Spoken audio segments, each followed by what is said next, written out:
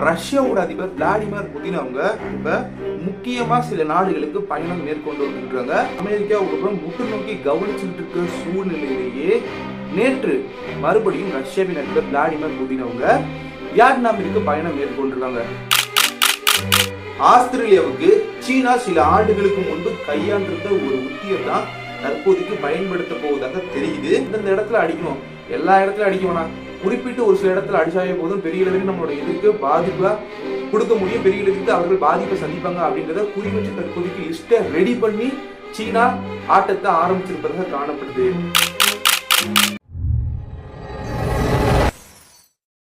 ரஷ்யாவுடைய இப்போதைய நகர்வை எல்லாரும், அதாவது குறிப்பா சொல்லணும்னா உலக நாடுகளே இப்ப உற்று பார்க்கும் விதமாகத்தான் சென்று கொண்டிருக்குன்னு சொல்லணும். அதுலயும் மெயினா அமெரிக்கா ரொம்ப ரொம்ப கவனிச்சுக்கிட்டு இருக்காங்க. எதனால அப்படின்றத பார்த்தோம்னா, ரஷ்யாவோட அதிபர் விளாடிமிர் புதின் அவங்க இப்ப முக்கியமா சில நாடுகளுக்கு பயணம் மேற்கொண்டு வந்துகிட்டு இருக்காங்க. அந்த பயணத்தோட லிஸ்ட்ல ஃபர்ஸ்ட் எந்த நாடு இருக்கு அப்படின்றத பார்த்தோம்னா, நேற்று முன்தினத்துல பார்த்தோம்னா வடகொரியா, நேற்று முன்தினம் வடகொரியா சென்றிருந்தாங்க.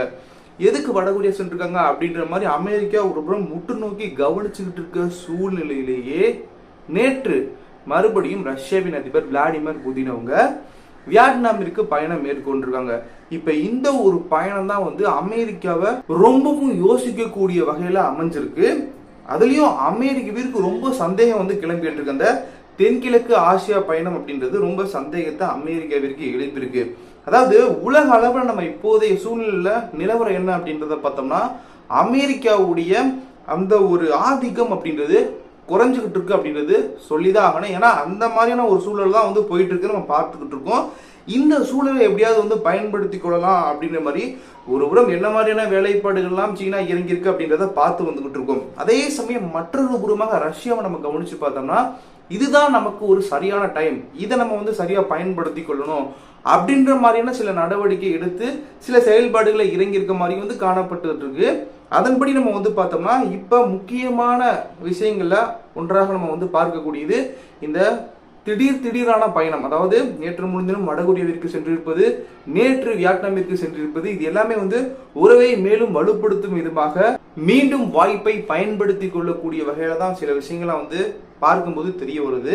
அதே சமயம் இந்த நேற்று முன்தினம் வடகொரியா சென்றிருந்த இந்த சந்திப்பு அப்படின்றது உலக அளவுல ரொம்ப விவாதமா போயிட்டு இருக்கு.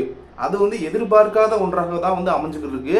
அதுலயும் வடகொரியாவை நம்ம எடுத்துக்கிட்டோம்னா ரொம்ப எதிராக பார்க்கப்படுது. எதிரானா ஐரோப்பா அமெரிக்காவிற்கு எதிராக வடகொரியா பார்க்கப்படுது. ஏன்னா எப்படிலாம் அமெரிக்கா ஒரு புறம் தென்கொரியாவிற்கு சப்போர்ட் பண்ணி வந்துகிட்டு இருக்கு அப்படின்றத நம்ம பார்த்து வந்துகிட்டு இருக்கோம்.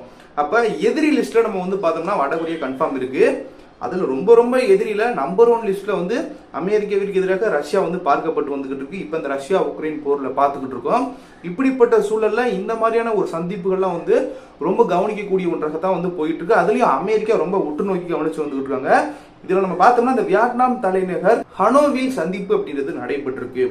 ரஷ்யா வியட்நாம் இடையான உறவு எப்படின்றத பார்த்தோம்னா நல்ல ஒரு உறவா போயிட்டு இருக்கு. அதாவது 1950 அந்த காலகட்டங்களில் ஆரம்பிச்ச உறவு இன்று வரைக்கும் தொடர்ச்சியா நல்லபடியா நீடிச்சுக்கிட்டு இருக்கு.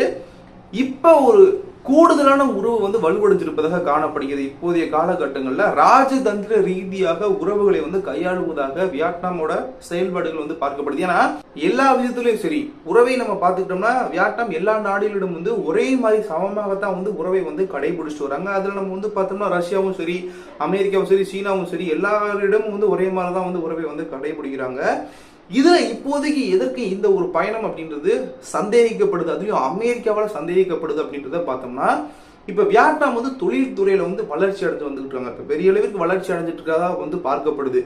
இந்த ஒரு சூழல்ல இப்ப ரஷ்யாவோட அதிபர் விளாடிமிர் புதின் அவங்க இப்ப திடீரென்று இப்ப பயணம் செஞ்சிருப்பது இந்த ஒரு விஷயம் அப்படின்றது பார்த்துக்கிட்டு இருக்கோம். ஒரு புறம் ரஷ்யாவிற்கும் உக்ரைனுக்கும் இடையான பிரச்சனை இன்ன வரைக்கும் தொடர்ச்சியா நீடிச்சுக்கிட்டு இருக்கு. இதை வைத்துதான் ஒரு புறம் அமெரிக்கா சந்தேகிப்பதாக காணப்படுகிறது. என்ன மாதிரி அப்படின்றத பார்த்தோம்னா ஆயுதங்கள் தொடர்பான சந்தேகம் தான். அதாவது இப்படிப்பட்ட காலகட்டத்திற்கு மத்தியில ரஷ்யாவிற்கு ஆயுதங்கள் ரீதியான உதவிகளை செஞ்சிருவாங்களோ அப்படின்ற விதத்துல தான் அமெரிக்கா சந்தேகிக்குது.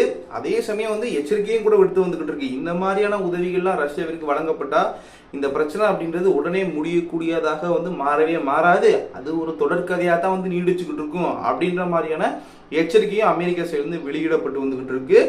ஓவராலா உலக நாடுகள் ஒரு புறம் ரஷ்யாவோட அதிபர் விளாடிமிர் புதின் அவங்களுடைய பயணத்தை உற்று நோக்கி கவனிச்சாலும் அதுல கூடுதலாக ஒருபடி மேலே சென்று அமெரிக்கா இன்னும் கூடுதலாக உற்று நோக்கி கவனிச்சுட்டு இருக்கிறதா ஒரு நிதர்சனமான உண்மை. அடுத்த செய்தியாக நம்ம பார்க்க போறது வர்த்தக போர் தான் நண்பர்களே.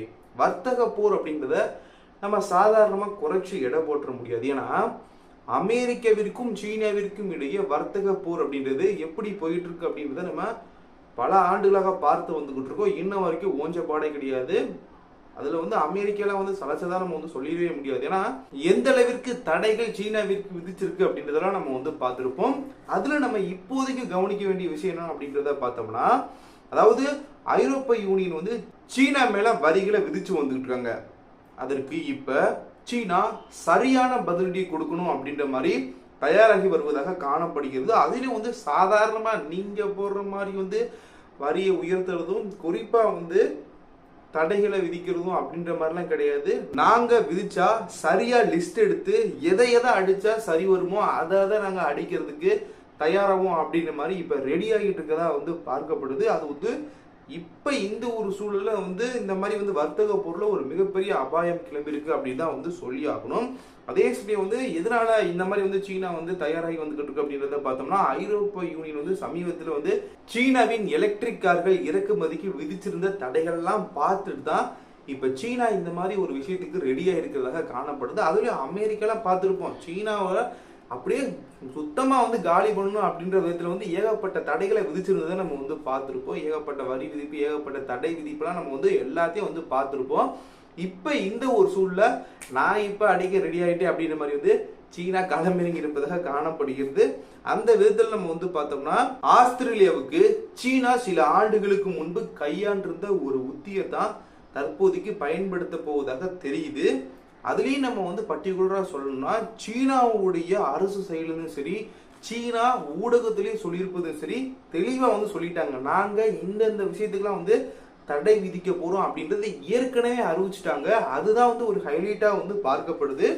அதுல நம்ம எந்த மாதிரியான ஐரோப்பிய யூனியனுக்கு தடை விதிக்க போறாங்க, என்ன மாதிரியான பொருட்கள்லாம் நம்ம பார்த்தோம்னா, அதாவது குறிப்பிட்டு சொல்ல வேண்டியது மது, பால் பொருட்கள், விமானம் போன்றவற்றிற்கு தடை விதிக்க போவதாக இலக்கு வச்சிருக்க மாதிரி காணப்படுது. அதுலயும் குறிப்பா எந்த நாடு பாதிக்க போகுது, அதிகமா இதுல பாதிப்பு சந்திக்கிறது யாரு அப்படின்றத நம்ம பார்த்தோம்னா, அதிக பாதிப்பு பிரான்ஸுக்கு தான். ஏன்னா பிரான்ஸ் மது ஏற்றுமதி செய்வதாக பார்க்கப்படுது. அதனால இந்த ஒரு தடை, இந்த ஒரு வரி விதிப்புல பெரிய அளவிற்கு பாதிக்கப்படக்கூடிய ஒன்றாக பிரான்ஸ் மாறும் அப்படின்னு மாதிரி தற்போதைய தகவலாம் வச்சு பார்க்கும்போது தெரிய வருது. இதுவரைக்கும் சீனாவிற்கு பெரிய அளவிற்கு பதிலடி கொடுத்துட்டு இருந்த ஐரோப்பிய யூனியனுக்கு தற்போதைக்கு லிஸ்ட் போட்டு சீனா எப்படிலாம் நம்ம அடி கொடுத்தா சரியா இருக்கும், எந்தெந்த இடத்துல அடிக்கணும், எல்லா இடத்துல அடிக்க வேணாம், குறிப்பிட்டு ஒரு சில இடத்துல அடிச்சாவே போதும், பெரிய அளவிற்கு நம்மளோட எதிர்க்கு பாதிப்பா கொடுக்க முடியும், பெரிய அளவிற்கு அவர்கள் பாதிப்பை சந்திப்பாங்க அப்படின்றத குறி வச்சு தற்போதைக்கு லிஸ்ட்டை ரெடி பண்ணி சீனா ஆட்டத்தை ஆரம்பிச்சிருப்பதாக காணப்படுது. சரி, ஓகே நண்பர்களே, இந்த ஒரு வீடியோவில் நான் உங்கள்கிட்ட சொல்லணும்னு நினைச்சேன். இந்த 2 செய்திகள் நான் உங்கள்கிட்ட சொல்லிட்டேன். இந்த 2 செய்திகளை பற்றிய உங்களுடைய கருத்து வரவேற்கப்படுது. கீழே கமெண்ட் பாக்ஸ்ல சொல்லுங்க. இது மாதிரி வேற ஏதாவது டாபிக்கள் நான் பேசணும் நீங்க நினைச்சா அதையும் கீழே கமெண்ட் பாக்ஸ்ல சொல்லுங்க, நிச்சயமா பேசுறேன். இது போன்று நீங்க நிறைய வீடியோ பார்க்கணும்னு நினைச்சா நம்மளோட சேனலை சப்ஸ்கிரைப் பண்ணி வச்சுக்கோங்க. நாளைக்கு உங்களுக்கு இன்னொரு புது வீடியோல மீட் பண்றேன். Until then, I am one of you informative boy. Stay safe. Jai Hind.